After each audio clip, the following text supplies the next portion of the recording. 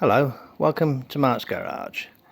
In this video I'm going to introduce a series of videos which will cover a project. The project is to fit a 4-speed plus overdrive gearbox into my 32 sedan. And here's the clincher, without cutting the cross member. The K member will remain intact. Virtually any gearbox conversion that you do to a 32 involves modifying or cutting out the K member. Years ago I did a feasibility study. In that study I kind of worked out that a certain gearbox that I happen to own might be capable of being fitted to the 32 without cutting the K member. The gearbox in question is a Volvo. Now, people have used Volvo gearboxes before in hot rods, and the M40 gearbox is a very compact unit and it fits in front of the K member, no problem. The gearbox I have is a Volvo gearbox, but it's the M410. It's a bigger gearbox and it's slightly more complicated because the bell housing forms the front end of the gearbox, so that makes it longer. I'll show you a photograph from when I mocked this gearbox up. I'll insert it here in this.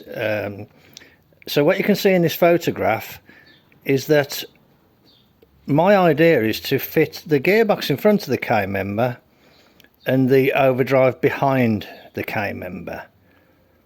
So hence my theory that I can put this gearbox in with an unmodified K member, or at least very, very minor modifications, nothing serious.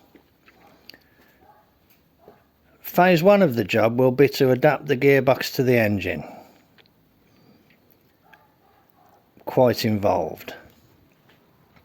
Phase 2 of the job will be to adapt the output of the overdrive to the torque tube.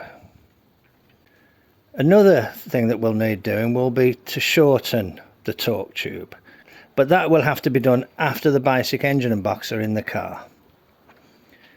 In theory, the engine will need to move forward. I'm hoping that I can move it forward less than that gap that you can see down there. If not, I'll have to trim the cross member, the front cross member, which isn't unheard of, because it would be nice to be able to change the fan belt without having to jack the engine up. So you can imagine the engine can move forward a little bit, change the engine mounts, move the engine forward. There's nothing in front of it, everything should be fine. The gearbox will require mounting to the K member, and I've got some ideas for that. So wish me luck, because this is a completely up and running driving car. I'm going to tear apart my perfectly driving 32 sedan on a gamble that I can make it work. If I can't do the job, I will just bring it back to this current condition here. So I need to be able to make sure it works before I start cutting parts.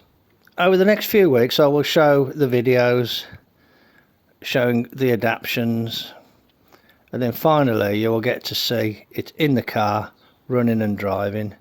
Now obviously, you can't tell as I'm pointing at this that it hasn't already got that gearbox in, but no, it hasn't. I haven't done the job yet. There's the old 3-speed still in place. I'll show you the gearbox. Here is the Volvo gearbox. It's the M410.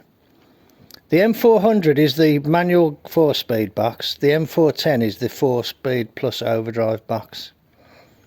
The gearbox itself is relatively compact, but not as compact as the M40 gearbox. This is a bigger gearbox from the 3 litre 164 model from the late 60s, early 70s. So it's got bigger gears, it's stronger, it's got better bearings and things. The overdrive is a typical Laycock de Normanville overdrive. I'm not sure what the ratio is. What you can see here is that this part is relatively compact, and that's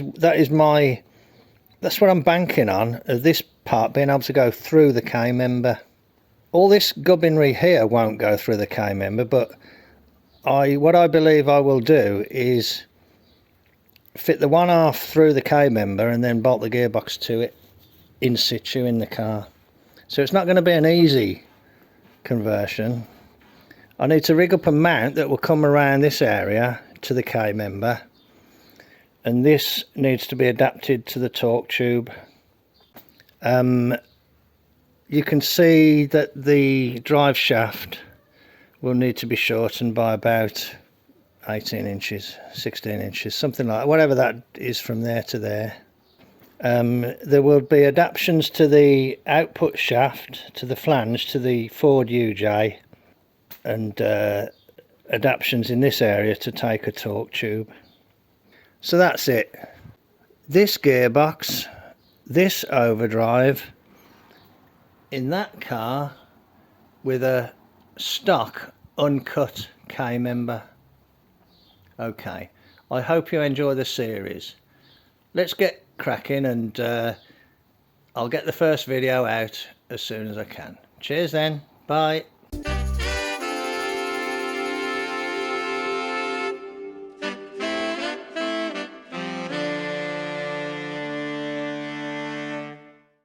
This is one of those projects that might never come to anything, but I've got to investigate. This is an early Ford hogshead.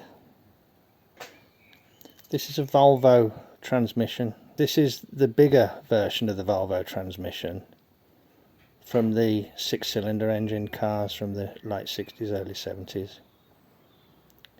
This isn't the one that I would intend on using. This is actually a spare, but it's handy because it's smaller and lighter, because it hasn't got the overdrive on. The other one I've got has got an overdrive on it. So I'm using it to look at the front end. Now, I did an initial job on this years ago, and this is the back end of the Volvo bell housing, and it has been skimmed down. That fits in there, but what you can see is that the bolt holes are somewhat compromised. So what I thought about doing when I was looking at this job before was, you can see where the bolt needs to go there. I've kind of put it a bit of black marker. Is kind of build up this area here with braze, and then drill and countersink from underneath, counterbore from underneath. These are 7/16 UNC. But what I was just thinking was, wonder if it'd be possible to kind of drill and tap a new bolt hole, kind of coming in on this angle like this, there, sort of thing. You can see an imprint there from the shape of the bell housing. So just coming there where there's still plenty of material, kind of feeling around on the inside. I mean, it's not awash with material, but there is some material there. I mean, you wouldn't want to break through the wall, and maybe do the same at the bottom. Just cheat the bolts in. The slightly smaller Volvo gearbox, the M410, the bolt holes do fall within the hogshead, because I've seen conversions done.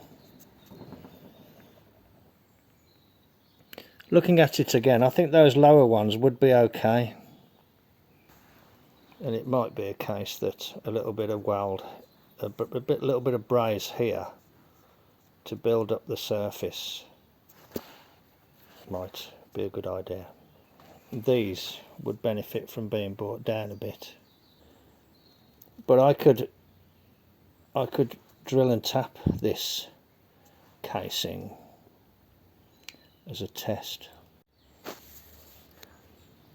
Hello, I've been looking at this Volvo conversion job, and basically I don't think it is going to work.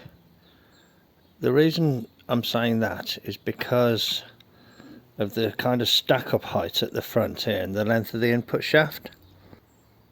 It would help if this stuck out a bit further. I'll show you why.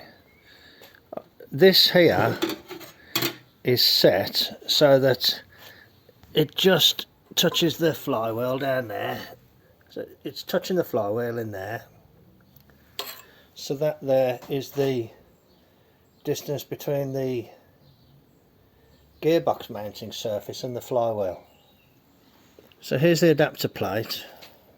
You have to have this because it retains that bearing there. So that goes on there. This is the hogshead.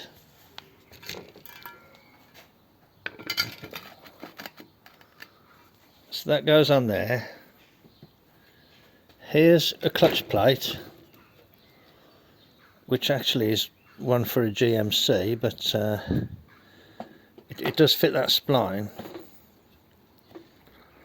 Now that isn't actually all the way onto the, so that's just about on the spline. I don't know if a Flathead would tolerate having this much sticking out here, but that's on. And what you can see is there's at least half an inch there that this could do with being like half an inch longer. So that ain't going to work, is it? So even imagine if that went directly onto there and this went on.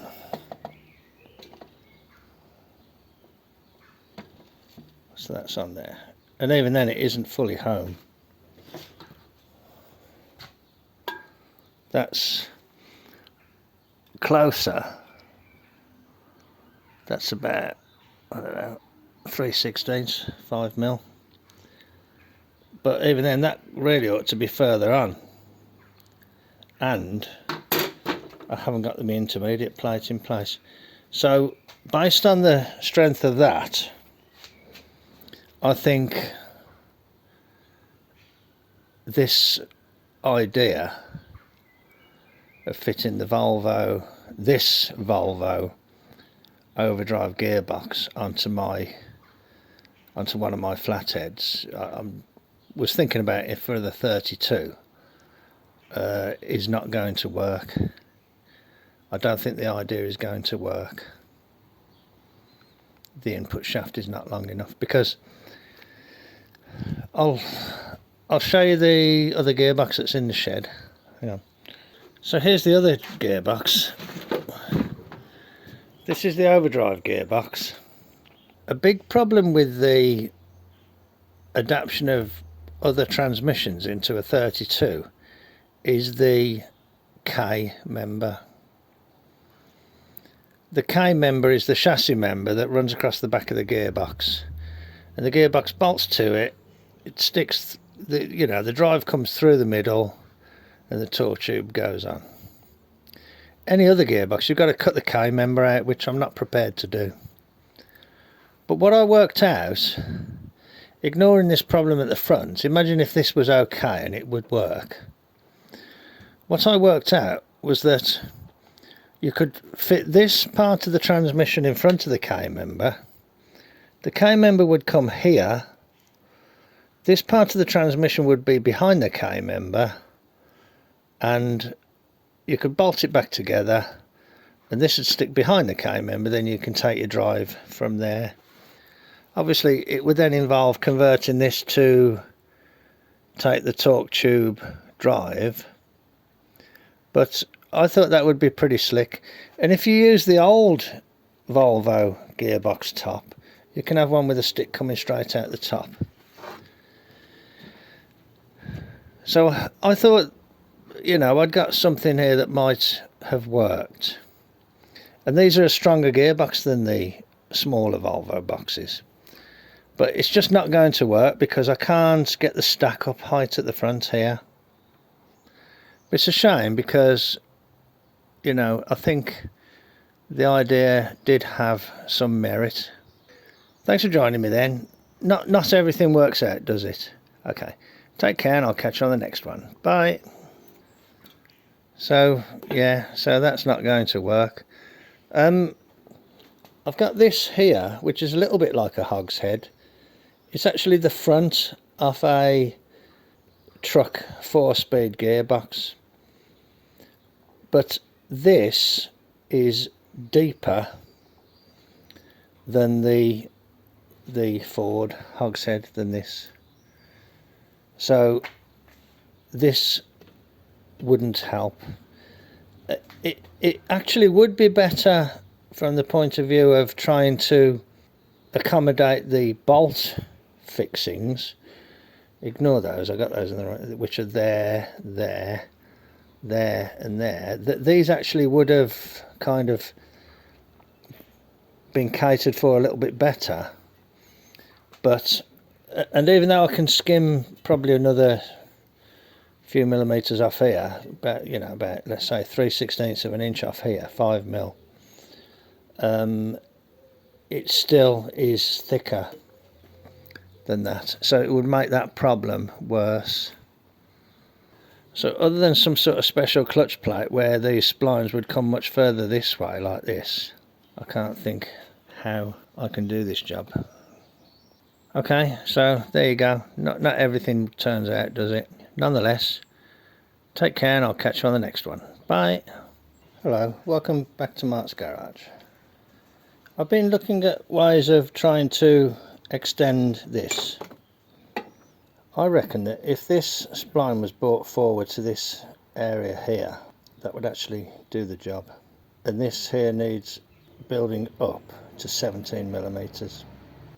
Either that or you'd use a bearing that's 15 millimeters. This is 15 millimeters. Standard Ford bearing is 17 millimeters. What I am sort of envisaging is, now my only reservation on all of this is heat treatment. I'm more or less limited to having to say there won't be any heat treatment. But basically my idea is to build this area here all the way around up with weld, and maybe build this area up with weld. Bring the end down to 15 mil. I've got a Ford shaft somewhere. Here's a Ford shaft. Gives you sort of an idea. And then I need to come in and cut these splines and extend them out to there.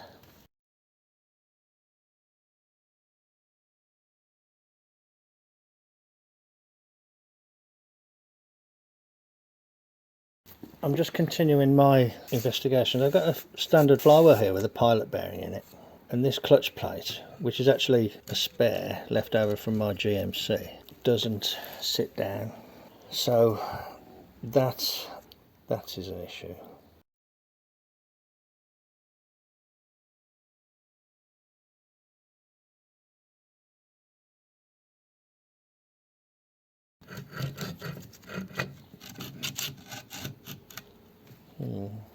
Okay, so the final little bit of the mystery then is, what would it take to use this instead of that? The hogshead is 75 millimeters deep. This cutoff is 88. So there's 13 mil difference between the two, which is quite a lot, isn't it? But I could take 6 mil off it, so that would bring it down to 7 mil difference. So I could take 6 mil off it, and I can take 3 mil off the plate. Okay, I'll stop the recording there because there's too much thinking going on.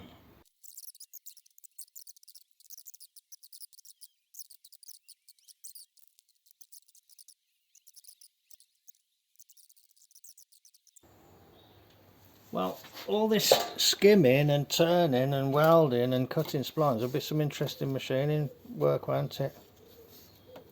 But I think the whole job is doable. Might be some compromises in sort of heat treatment and stuff, but still doable. I was thinking about cutting this one, turning it down, cutting this one, boring it out, pushing them together and welding around. I'd have to build up this seal surface here and then turn it down and grind it, you know, smooth it out. But I just don't know, to be honest. Anyway, all these various jobs will be an interesting machining exercise. And if it all works, it'll be an interesting swap into the car. There's a lot of other work to do though as well, to the torque tube and the rear of the gearbox. But the feasibility study for the front end of the gearbox looks like it's doable. Just. Okay. Right, okay. I will bring you back when there's more to show, but to be honest, I think that'll do it for now, because this could take weeks and weeks, this project. But this is just a start. The feasibility study at the front end of the gearbox. Yeah. Okay. Righto, thanks a lot then. I'll catch you on the next one. Bye.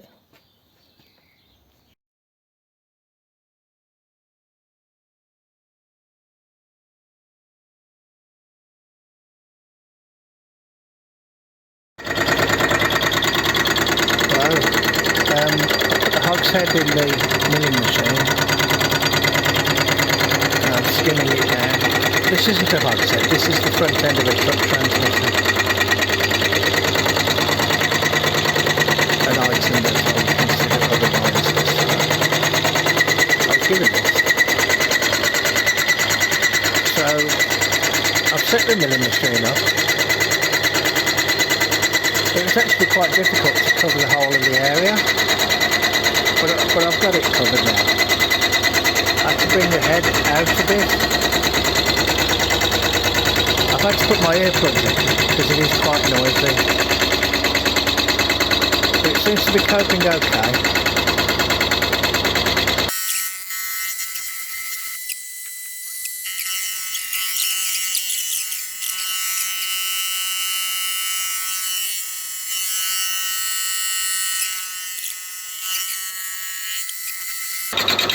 I'm feeding from this end,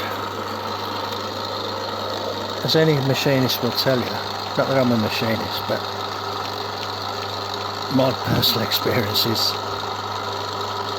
if you take the cuts that way round, the chips are thrown over the back there instead of in your face. Kind of eyeballing it along here. That'll do. Get it started. Oh, I haven't put the cut on. Keep doing that. Right, so I need to come round to 100 now. Take the lock off.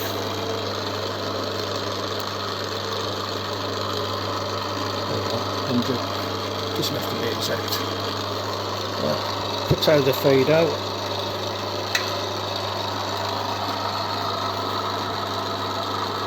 Oh, it hasn't done it.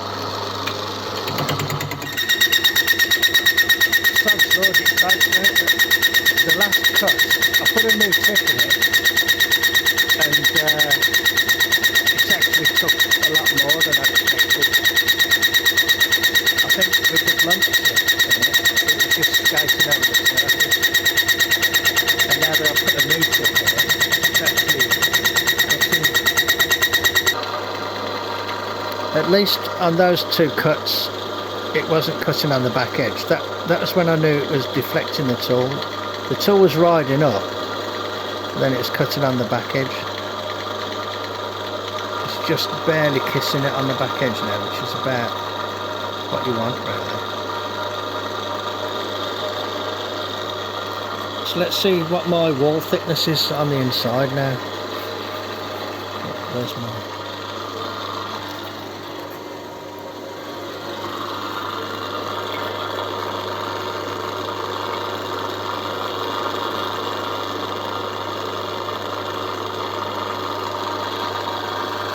Yeah, 7.5, about 7.5 mil. I was aiming for 8 mil, but I ended up taking about 0.5 mil more than I intended.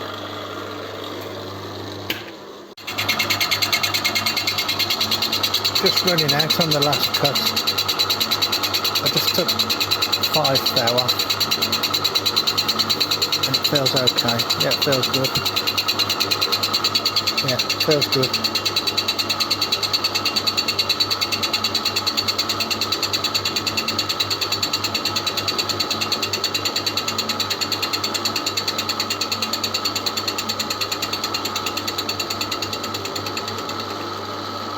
Okay, righto. Yeah, nice to just get out in the garage and do a bit of machining now and again. Okay, righto. I can take my earplugs out now. Let's turn this off.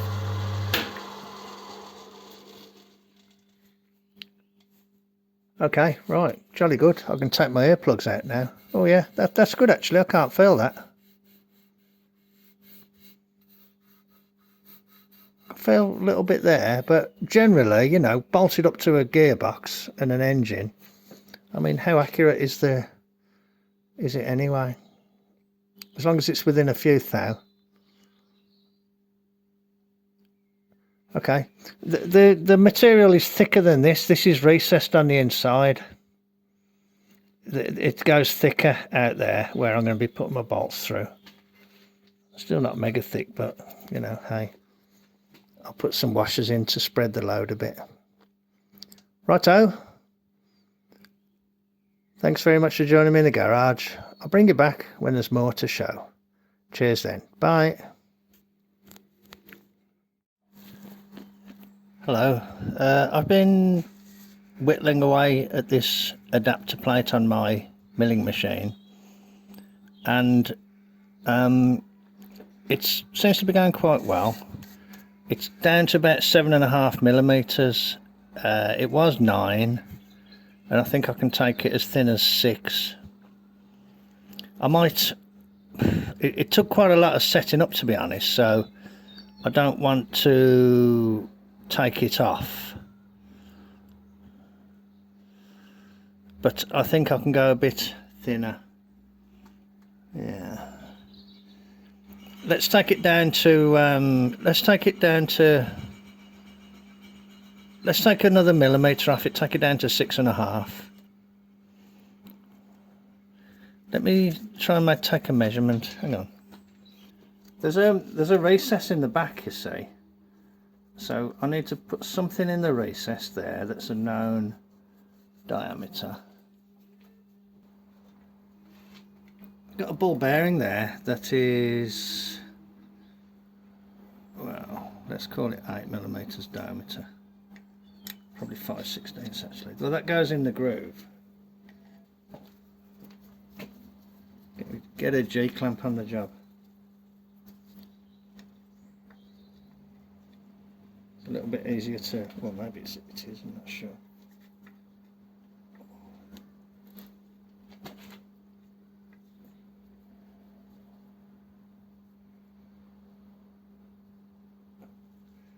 Bit easier to get it positioned on the ball. Okay, now this is in inches now, so what does that say? 0.437 minus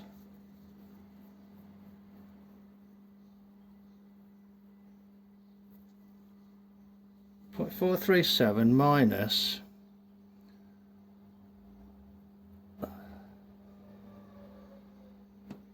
0.312, I think.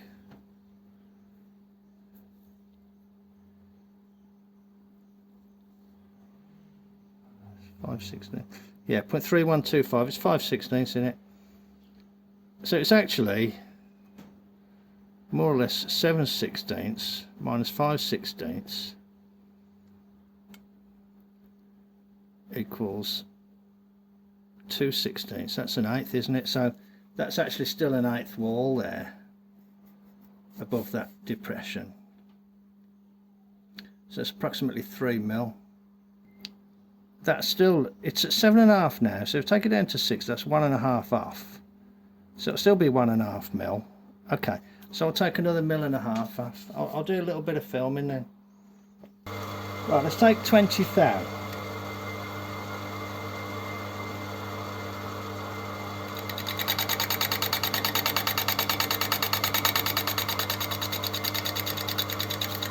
That's half a mil.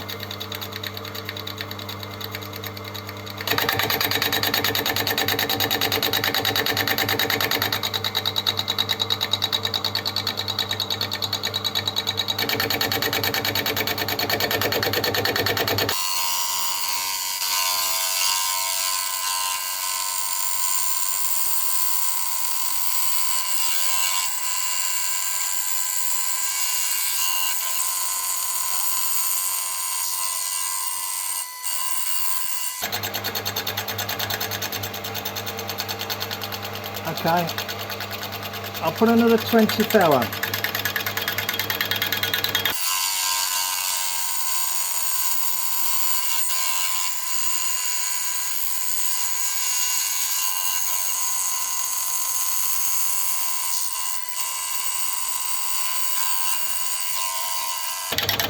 Okay, I'll put another 20 thou on.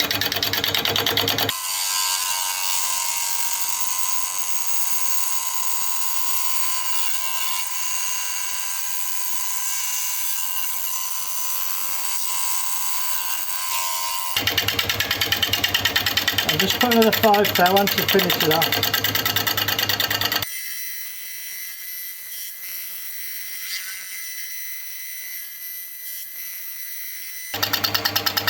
That's it. I'm going to call it good at that. I've been round twice.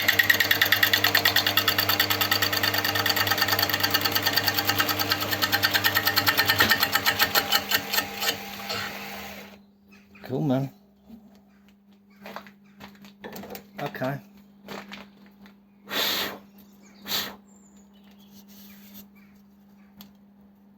It's about as thin as I dare go, to be honest. Let's see what it measures.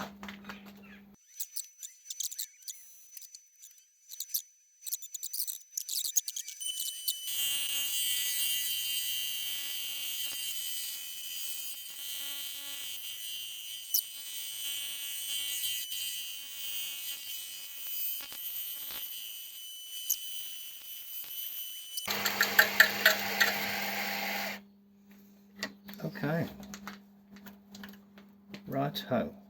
Okay, I don't go any thinner than that. Right, okay. Yeah, looks good. Looks good. Just a sandwich plate, really. Okay, on to the next part of the job. This might need skimming down a little bit in the lathe, but couldn't really go any smaller here because of the way my clamps are.